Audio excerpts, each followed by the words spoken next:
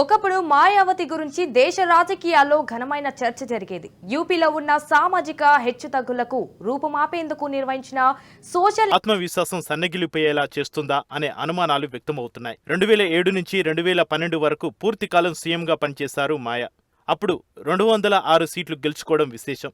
30.43% vote బ్యాంకును ప్రదర్శించి మిగతా పార్టీల్లో దళిత బహుజనుల ఓట్లకు డిమాండ్ కల్పించారు. 2007కు ముందు మరో 3 సందర్భాల్లోనూ తాత్కాలిక సీఎంగా పనిచేశారు. ఇక 2022 అసెంబ్లీ ఎన్నికల్లో చూస్తే ఆమె ఒక్క సీటుకే పరిమితం కావలసి వచ్చింది. ఓటు బ్యాంకు 12% పడిపోయింది. ఇక రాబోయే 2027లో మళ్లీ అసెంబ్లీ ఎన్నికలకు పార్టీని సమాయత్తం చేయాల్సి ఉంది. ఇలాంటి పరిస్థితుల్లో మాయావతి అస్త్ర సన్యాసం చేస్తున్నారా అనే అనుమానాలు వినిపిస్తున్నాయి. ఓడిపోతే తన ఘనత, లేకపోతే అవతలి వ్యక్తి అక్రమం అనే పద్ధతిలో ఇప్పుడు రాజకీయాలు నడుస్తున్నాయి. మహారాష్ట్రలో ఎన్డీఏ కూటమి ప్రభంజనం వేయడంతో కాంగ్రెస్, దాని మిత్రపక్షాలు ఈవీఎంల ట్యాంపరింగ్ జరుగుతుందనే వాదనను తెరమీదికి తెస్తున్నాయి.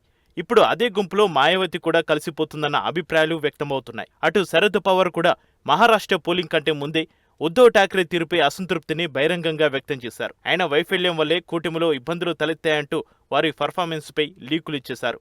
అంటే ఓటమిని అప్పటికే శరద్ పవార్ ప్రకటించారన్న అంచనాలు ముందే వినిపించాయి. ఇప్పుడు యూపీలో యోగి ఆదిత్యనాథ్ హవా నడుస్తోంది. ఆయన పర్ఫార్మెన్స్ ను బీజేపీ ప్రభుత్వం అద్భుతంగా ప్రమోట్ చేసుకుంటుంది.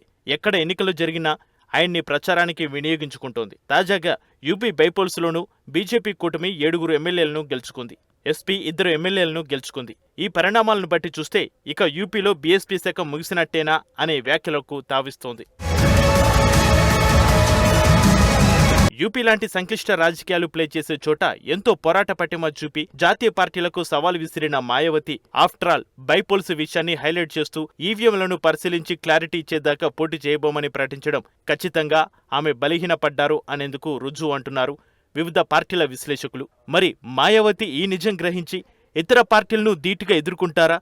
దళిత సామాజిక వర్గంలో ఆత్మవిశ్వాసం పెంచి బహుజనులందరికీ తాను ఉన్నాననే బలమైన మెసేజ్ ఇచ్చిన మాయా తన రూటు మార్చుకుని మళ్లీ పార్టీని పటిష్టం చేస్తారా? వేచి చూద్దాం.